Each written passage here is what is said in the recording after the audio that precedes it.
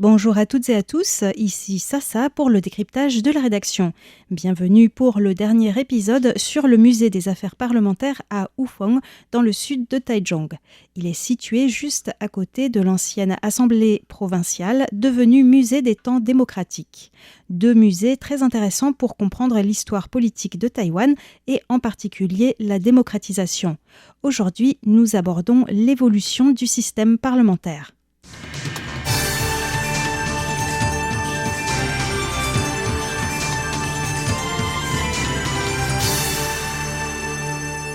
De nos jours, le Parlement taïwanais, c'est le yuan législatif. Yuan signifie branche. Selon la Constitution de la République de Chine, promulguée en 1947, il y a 5 yuan. Le yuan exécutif, c'est-à-dire le gouvernement, le yuan législatif, le Parlement, le yuan judiciaire ou cour constitutionnelle, le yuan de contrôle, dont le rôle est d'auditer et de surveiller le gouvernement, et le yuan des examens validant les qualifications des fonctionnaires. Ces 5 branches de l'État sont issues de la pensée de Sun Yat-sen, le père de la République de Chine, afin de mettre en œuvre les 3 principes du peuple, nationalisme, démocratie et justice sociale. Dans ce musée des affaires parlementaires géré par le yuan législatif à Houphong, que nous avons commencé à visiter dans le décryptage de jeudi dernier, on découvre qu'en ce qui concerne la branche parlementaire, la République de Chine comportait aussi une Assemblée nationale. Quelles étaient ses prérogatives ? Eh bien, il s'agissait d'un collège électoral chargé d'élire le président et vice-président de la République de Chine. L'Assemblée nationale avait aussi pour fonction d'amender, le cas échéant, la Constitution. On écoute M. Ye Mingyuan, l'un des responsables du musée.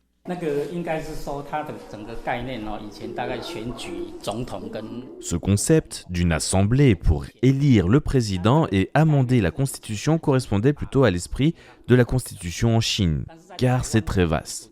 Mais à Taïwan, c'est plus petit et moins peuplé, donc cette assemblée a moins d'utilité. L'élection présidentielle peut se faire directement par le peuple et les amendements à la Constitution peuvent se faire sur proposition d'un nombre important de députés du yuan législatif qui doit être adopté par référendum. Donc, cette Assemblée nationale a été gelée en 2006. La première législature venait de Chine, puis il y en a eu 3 autres élus à Taïwan. Désormais, le yuan législatif est l'unique assemblée parlementaire à Taïwan. Cette Assemblée nationale, presque oubliée aujourd'hui, a été créée en 1947 à Nankin, en Chine, et a été dissoute il y a 20 ans à Taïwan. Jusqu'en 2005, le système parlementaire taïwanais était donc bicaméral, avec d'une part le yuan législatif et d'autre part l'Assemblée nationale.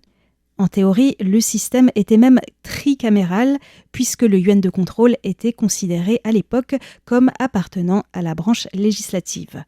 Aujourd'hui, tout cela est derrière nous et le système est beaucoup plus simple, avec uniquement pour la branche parlementaire le yuan législatif comportant 113 députés, une partie élue par circonscription et d'autres sur liste de partis politiques. Mais il est important de connaître cette page de l'histoire car dans les années 80 et 90, il s'agissait de l'un des enjeux majeurs de la démocratisation de Taïwan. En effet, les députés du yuan législatif et de l'Assemblée nationale, qui étaient autrefois très nombreux, avaient été élus pour la première fois en Chine, quelques années avant le repli du parti nationaliste Kuomintang à Taïwan en 1949.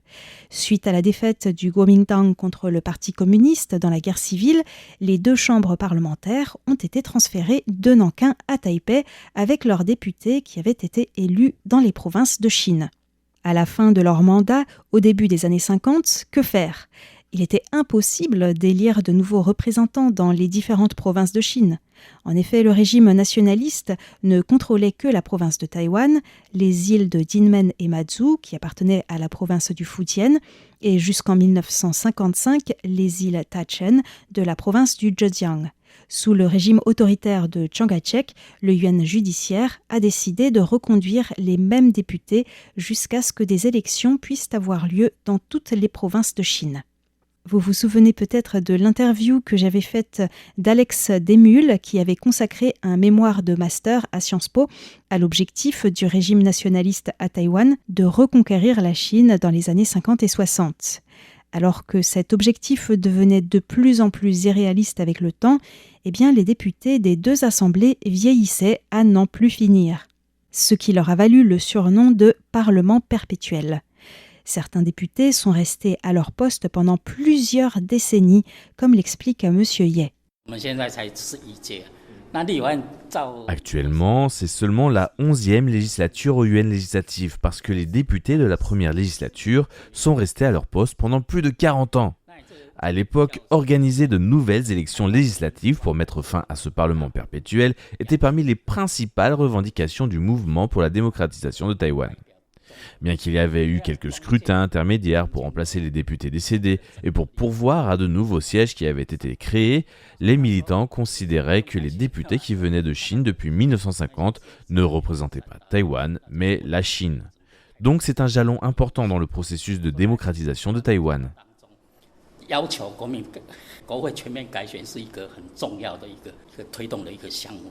Dans les années 1980, cette situation était en effet de plus en plus insupportable aux yeux de la population taïwanaise, d'autant que l'objectif de reconquérir le continent n'était plus d'actualité et que la perspective d'élection dans toutes les provinces de Chine était devenue chimérique. Après la levée de la loi martiale en 1987, il restait encore des obstacles à la démocratisation. C'est ainsi que, comme l'a souligné M. Ye, l'une des principales revendications du mouvement du lys sauvage en 1990, auquel il a d'ailleurs participé, a été de renouveler entièrement par des élections tout le personnel politique de la branche législative. En outre, les manifestants demandaient aussi une élection présidentielle au suffrage universel direct, c'est-à-dire que ce ne soit plus les quelques 600 membres de l'Assemblée nationale qui élisent le président de la République, mais la population. Ce sont deux points sur lesquels les étudiants ont eu gain de cause, puisqu'en 1991, l'Assemblée nationale a voté des amendements permettant de réformer le système électoral et ses membres sont partis à la retraite d'office. L'Assemblée nationale a ainsi été entièrement renouvelée par des élections ainsi que le yuan législatif l'année suivante.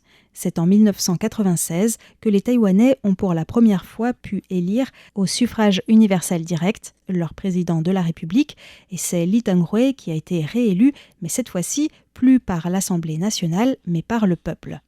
Autres évolutions, en 2004, le nombre de députés du yuan législatif a été réduit à 113 et leur mandat est passé de 3 à 4 ans. En 2005, l'Assemblée nationale, qui n'avait plus que pour seule prérogative d'amender la Constitution, a été dissoute, comme nous en avons parlé.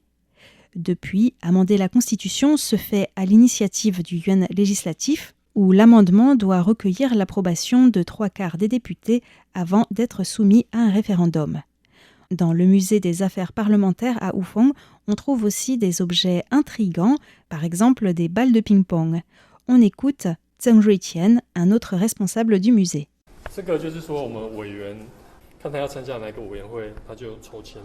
Cela servait à répartir les députés dans les différentes commissions. Par exemple, si un député tirait au sort une balle sur laquelle était marqué « intérieur », eh bien, il devait rejoindre la commission parlementaire des affaires intérieures. Aujourd'hui, c'est différent. Les députés sont répartis proportionnellement en fonction des scores des partis politiques et de leurs compétences.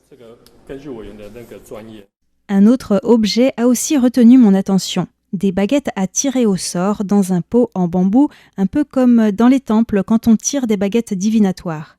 Monsieur Zheng m'a expliqué que les députés étaient tellement nombreux que pour déterminer leur place dans l'hémicycle, ils tiraient au sort un numéro qui était inscrit sur ces baguettes. Le musée propose aussi un portrait des anciens présidents du yuan législatif qui sont tous des hommes, même s'il faut souligner que ces dernières années, la proportion de femmes députées à Taïwan est bien supérieure à celle de la France. Entre Sun Fo, fils de Sun Yat-sen et premier président du yuan législatif après la promulgation de la Constitution, et le président actuel du Parlement Han Kuo-yu, on peut notamment mentionner Zhang Daofan dans les années 1950 qui avait étudié à l'école des Beaux-Arts en France, ou encore Huang Guoshu dans les années 1970, premier président du yuan législatif originaire de Taïwan et non pas de Chine continentale. C'est Wang Jinping qui détient le record de durée avec 17 ans passés à la présidence du yuan législatif. Et la première alternance à la tête du Parlement date de 2016 avec Su Jia-chuen du Parti démocrate progressiste DPP, suivi de Yoshi Kwon du DPP également.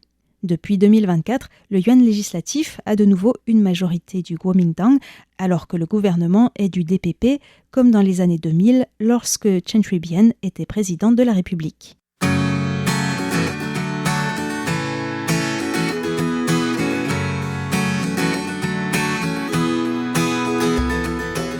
Nous arrivons déjà à la fin de ce décryptage qui, je l'espère, vous aura fait découvrir des aspects méconnus de l'évolution du système politique de Taïwan. Si vous en avez l'occasion, n'hésitez pas à visiter ce musée à Houphong qui, comme le musée des temps démocratiques juste à côté, a de nombreux panneaux d'explications en anglais. À très bientôt. 你敢有看到大人在世界充满暴力的政治？囡仔，你敢有听到大人的语言充满思想的控制？囡仔，你敢会知影社会的乱象来自错误的教育？囡仔，你敢有了解好甲人竞争真正害人的方式？囡仔，你敢有看到？囡仔，你敢有听到？囡仔，你敢有看到？囡仔，你敢有听到？